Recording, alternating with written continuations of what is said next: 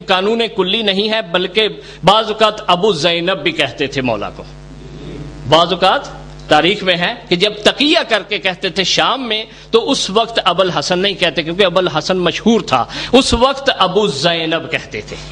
یہ آپ کے ذہن میں رہے. تو اب دیکھیے کہ یہ ہے کنیت، یہ ہے نام پاک. دیکھیے کہ جب اللہ، جو میں نے آیت آپ کی خدمت میں تلاوت کی ہے، سورہ شورى کی 23 نمبر آیت ہے، قُلْ لَا أَسْأَلُكُمْ إِلَيْهِ أَجْرًا إِلَّا الْمَوَدَّةَ فِي الْقُرْبَى. کہ اللہ اس میں تفصیل میں نہیں جاؤں گا، آپ علماء سے کافی اس کے بارے میں گفتگو سماعت فرما چکے ہیں. بس ایک نقطہ لینا چاہتا ہوں کہ اللہ نے در حقیقت اس میں اجر مانگا ہے رسول کی زبان سے. رسول سے کہا، اے رسول آپ کہہ دیجئے کہ آپ کو کچھ نہیں چاہیے، فقط اجر رسالت چاہیے. وہ کیا چاہیے؟ اپنے قربا کی مودت چاہیے، اپنے قرابت داروں کی محبت نہیں. یا کلمہ آیا محبت جو ہے چھوٹا درجہ ہے، مودت چاہیے. اب دیکھیے کہ جب اللہ نے ہم سے، اس نقطے کی طرف میں متوجہ کرنا چاہتا ہوں آپ کو، جب اللہ نے ہم سے کہا کہ تم مودت دو، مودت کا اظہار کرو، تو اس وقت اللہ پہ، اللہ کی شان یہ ہے کہ جس کے مودت کا حکم دے اس کو بھی دنیا میں رکھے، اس کو بھی دنیا میں رکھے. مثلا اللہ نے کہا کہ بھائی نماز پڑھو. اب اللہ کو چاہیے، ضروری یہ ہے کہ اللہ ہمیں نماز پڑھنے کی ہمت بھی دے، طاقت بھی دے، زبان بھی دے، عقل بھی دے. اگر جس کو یہ زبان و عقل و شعور حاصل نہ ہو، اس کے لیے نماز نہیں ہوتی ہے، وہ بلوغ میں نہیں جاتا، اس میں جو ہے وہ تکلیف میں نہیں جاتا، اس مکلف قرار نہیں پاتا، اس کے اوپر کوئی شریعت لاگو نہیں ہوتی، کیونکہ اس کے پاس کچھ ہے نہیں. اللہ اس سے شریعت اٹھا لیتا ہے. اب اللہ نے کہا کہ مودت دو، اس لیے اللہ نے ہمیشہ اہل مودت کو، قربا کو رکھا. اور یہی سنت پہ عمل کرتے ہوئے خداوند عالم نے کیا کیا کہ 15 رمضان 3 ہجری کو امام حسن کو اس دنیا میں لایا. جب اس دنیا میں مولا تشریف لائے تو فقط مولا نہیں آئے، بلکہ کیا ہوا کہ رسول خدا پہ جو تہمت تھی ابتر کی، بے اولاد ہونے کی، تو وہ تہمت مٹ گئی. اور اس کے بعد علی کو وسیع مل گیا، اور فاطمہ کو دل کا سکون مل گیا، اور قرآن کو محافظ مل گیا، قرآن کو قاری مل گیا، اور لوگوں کو پاسبان مل گیا، امت کو مصلح مل گیا، اور اہل مودت کو، موالیوں کو مودت کا اظہار کرنے کے لیے مولا مل گیا.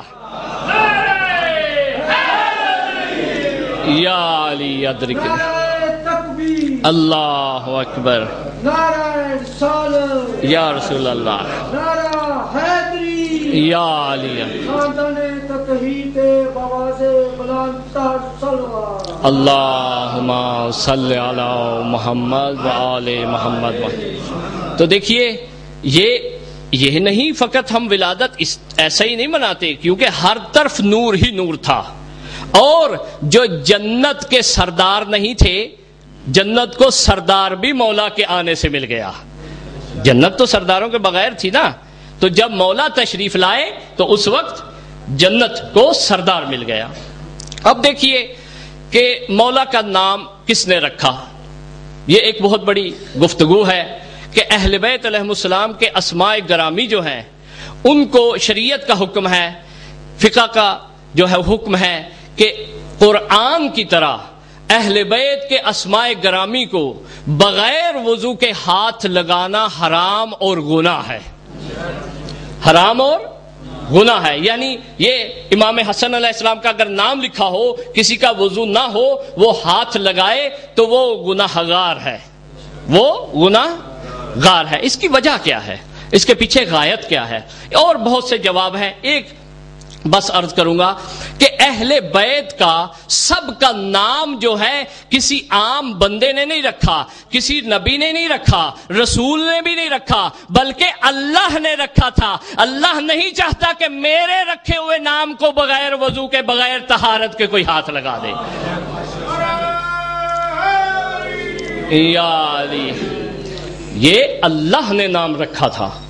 روایات میں ہے، حتیٰ میں نے خود کتابوں میں پڑھا ہے، کیونکہ غلط روایت پڑھنے سے روزہ باطل ہو جاتا ہے، بہت بڑی دلیل دے رہا ہوں بس یہی کہ حضرت زینب کبریٰ سلام اللہ علیہا کا نام بھی خدا نے رکھا تھا، نہ کہ معصوم کا فقط، بعض ہستیاں اور بھی ہیں جن کا نام اللہ نے رکھا تھا، کیونکہ میرے موضوع سے ریلیٹ نہیں، فقط مثال کے طور پہ عرض کیا میں نے۔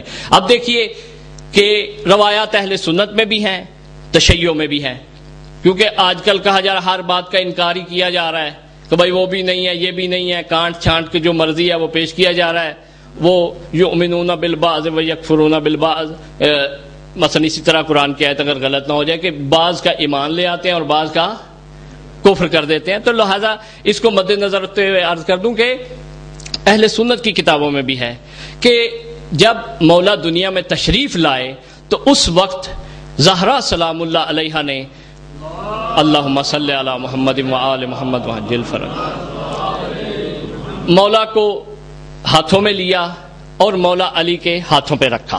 جب مولا علی کے ہاتھوں پہ رکھا تو مولا نے ابھی تک آنکھیں نہیں کھولی تھی، مولا حسن نے ابھی تک آنکھیں نہیں کھولی تھی، والدہ کی گود میں بھی اور بابا کی گود میں بھی۔ اس کے بعد مولا فوراً لے کر رسول خدا کے پاس آئے، رسول خدا کی گود میں رکھا، جب قرآن کو رحل کے اوپر جب رکھا تو اس وقت مولا نے آنکھیں کھولی اور قرآن کا دیدار کیا۔ جب دیدار کیا تو اس وقت رسول اللہ نے کہا علی اس بچے کا نام کیا رکھا ہے؟ تو علی نے کیا جواب دیا؟ علی نے فرمایا یا رسول اللہ میں آپ سے پہل نہیں کر سکتا، آپ سے تقدم نہیں کر سکتا، میں نے اس کا نام نہیں رکھنا، اس کا نام آپ نے رکھنا ہے۔ جب رسول اللہ نے یہ سنا تو روایت کے الفاظ تبسم فرمایا اور کہا کہ علی اگر تم مجھ سے تقدم نہیں کر سکتے میں خدا سے کیسے تقدم کر سکتا ہوں، میں خدا سے آگے نہیں بڑھ سکتا۔ اسی وقت جبرائیل علیہ السلام کا نزول ہوا، جبرائیل نے یہ کہا کہ یا رسول اللہ آپ موسیٰ کی طرح ہیں اور علی ہارون کی طرح ہیں۔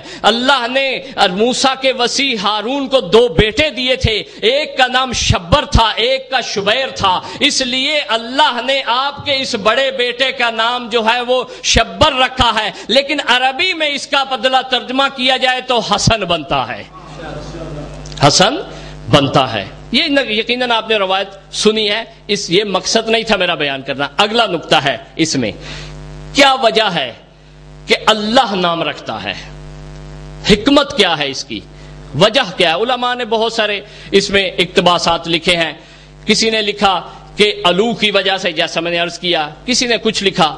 ایک نقطہ آپ کی خدمت میں عرض کر کے آگے بڑھ جاؤں گا کہ دیکھیں ایک ہوتا ہے اسم، نام، توجہ رکھیے گا، ایک ہوتا ہے مسمى، مسمى جس کا وہ نام ہو، مثلا اسم ہے عابد، مسمى ہے عبادت گزار۔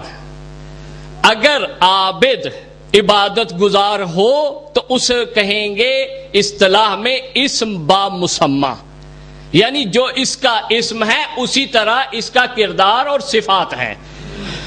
اور اگر کوئی عابد ہو، خدا نہ کرے عبادت نہ کرے، تو وہ اسم بلا مسمى کہلائے گا۔